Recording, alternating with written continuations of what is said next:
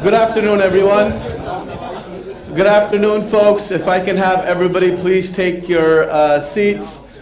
I know there's a lot of interesting people in the room and we want to have conversations, but we promise that we have some networking and conversation time for everyone right after our sessions end, and some good food and good company. So thank you so much for staying with us.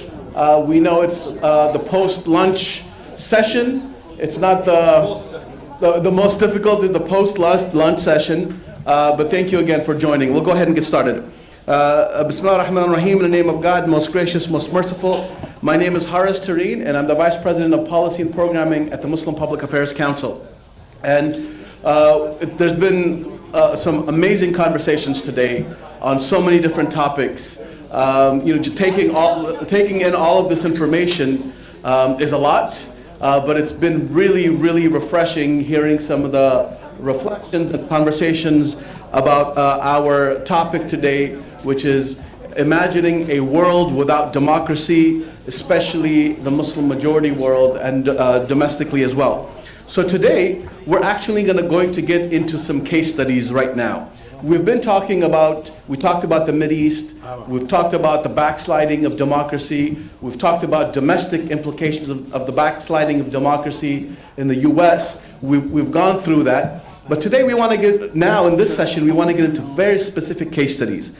Case studies where the US has actually been involved either very intentionally and has been economically and militarily and socially and politically involved, and some that it has been a bit hands-off. And we're going to kind of think through how that engagement has played out and unfolded over the past maybe 2 decades or even more.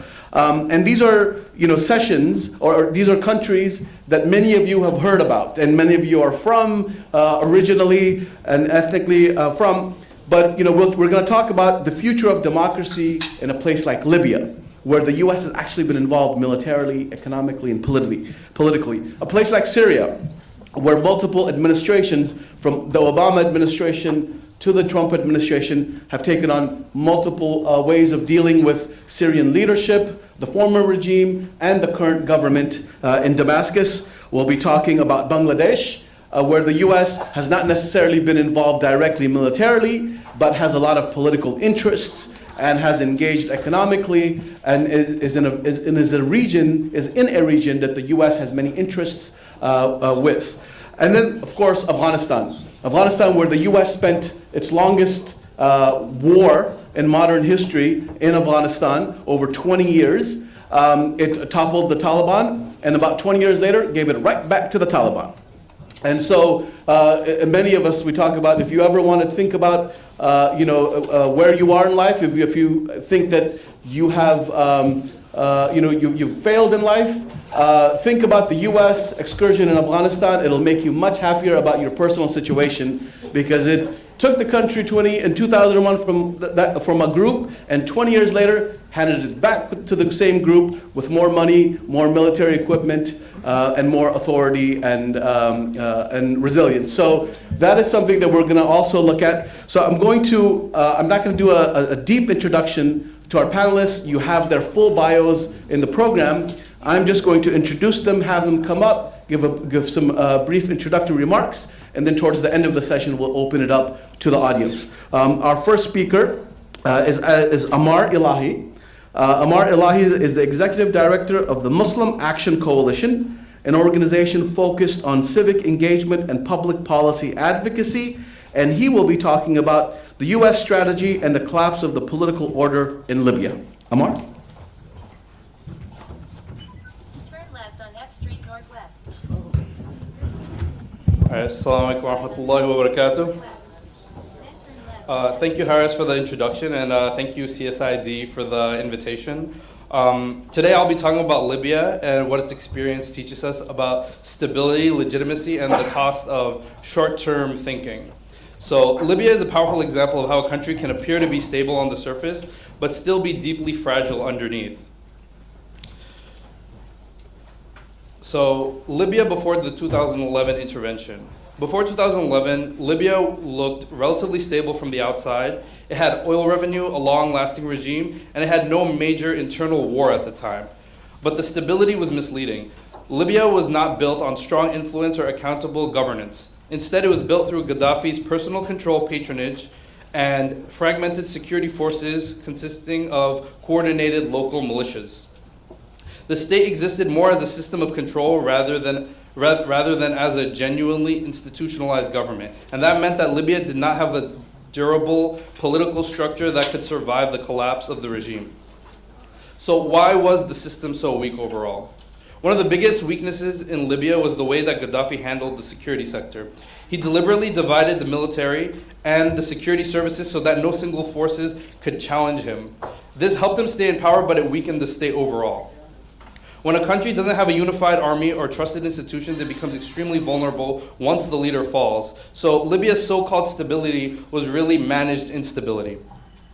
The regime maintained control by balancing the rival groups instead of building a system based off of rule of law or public trust. So when the regime collapsed, there was no real foundation left to support the country. Now, the 2011 intervention. In 2011, the international intervention removed Gaddafi from power, and on the surface, it looked like a success. But the issue was that it didn't include a serious plan for rebuilding the institutions afterwards, or even creating institutions that didn't exist. There was no strong strategy for disarming the militias, reintegrating fighters, or even creating a unified national security structure. And that was the beginning of Libya's deeper crisis. The regime was gone, but the state had not been rebuilt. Once Gaddafi fell, a power vacuum opened up, and into the vacuum came militias, local armed groups. These groups quickly became the main source of power in many areas. Instead of one central authority, Libya became divided amongst rival armed actors and competing governments. Elections did take place, but without strong trusted institutions, the elections alone couldn't solve the problems. Without authority, security, and institutional enforcement, democratic procedures had little or no power. The result was fragmentation instead of consolidation. Now, why does the legitimacy matter? The idea of legitimacy becomes important because the stability is not just about who has guns or who has control over the country. The stability depends on whether people see institutions as legitimate, and legitimate institutions give people a way to resolve disputes without violence. They create trust, accountability, and public cooperation. When legitimacy is missing, force becomes the main way political conflict is settled. That leads to a cycle of coercion, fear, and instability. In Libya, that cycle has continued because no side has been able to establish enough legitimacy to unify the country. Now, over time, the militias in Libya became more than temporary revolutionary actors. They turned into long-term power brokers. Many control territories, infrastructure, and parts of the economy, and some influenced elections and pressured political leaders. Others profited from smuggling, corruption, and control of significant oil facilities. And this created a system where instability itself became useful to the powerful actors. So if a group benefits from disorder, then there's little reason to support peace.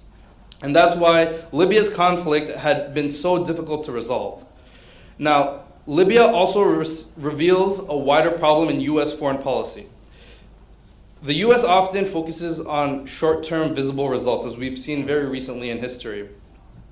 This creates a quick-win approach, and the goal becomes solving the immediate crisis instead of building durable institutions. In Libya, that meant working on counterterrorism and crisis management while neglecting long-term state building. The problem is that a short-term tactical success can damage long-term strategic goals. If the U.S. works with militias for immediate security, it may strengthen the very actors that undermine the state.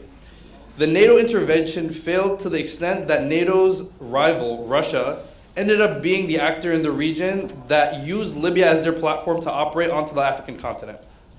So the policy looks effective in the moment, but it creates more problems and more significant problems over time. Now, there's a lot of comparison to other cases as Libya's is. Libya is not the only country where this is a pattern that's been very apparent. After 2003 in Iraq, existing institutions were completely dismantled, and those replacements were too weak to actually restore any significant order. When the entire Iraqi military was dismantled, it led to members of the military, from senior officials down to the regular soldiers, to join militias and create their own, i.e. ISIS. That opened the door for more militias and other sectarian armed groups. And another example is Afghanistan. The US spent years training security forces, but forces lacked the legitimacy needed to survive once foreign support was removed. Examples of Muslim majority countries that have been successful is Tunisia and Turkey. Tunisia shows that democratic transition is possible, but also that democracy needs continued support and economic stability. The 2016 coup in Turkey shows that if there's a strong foundation for institutional framework, even if there's a violent military coup, the people will come out and they'll be the ones to uphold and maintain their democracy. These cases all point to the same conclusion, that security alone is not enough if institutions lack legitimacy. Now, an alternative viewpoint might be that authoritarianism can bring necessary stability and that democracy is not necessary. But to reiterate what other panelists have mentioned before me, is that authoritarianism only brings short-term stability, but isn't feasible in the long term. The main lesson from Libya is that stability and democracy are not opposites, and in fragile states, democracy is actually part of the stability.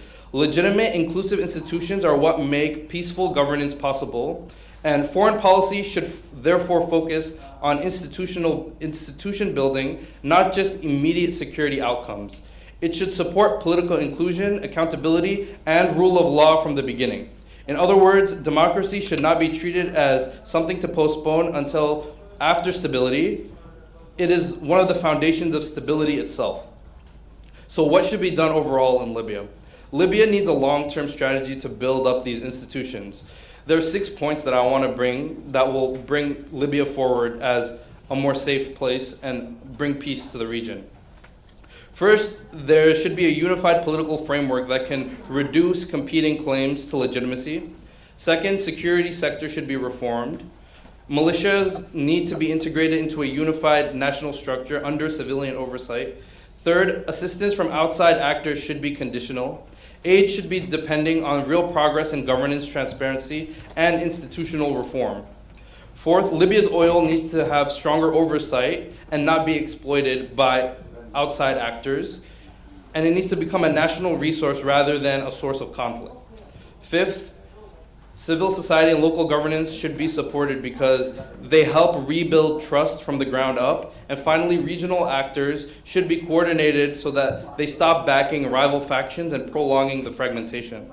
So overall, Libya is a warning about the cost of short-term thinking, and it shows that removing a dictator is not the same as building a state. It also shows that tactical victories are not enough, and if they don't lead to legitimate institutions, there won't be any formative democracy. Real stability must be built through inclusive governance, accountability, and long-term commitment. Thank you for your time.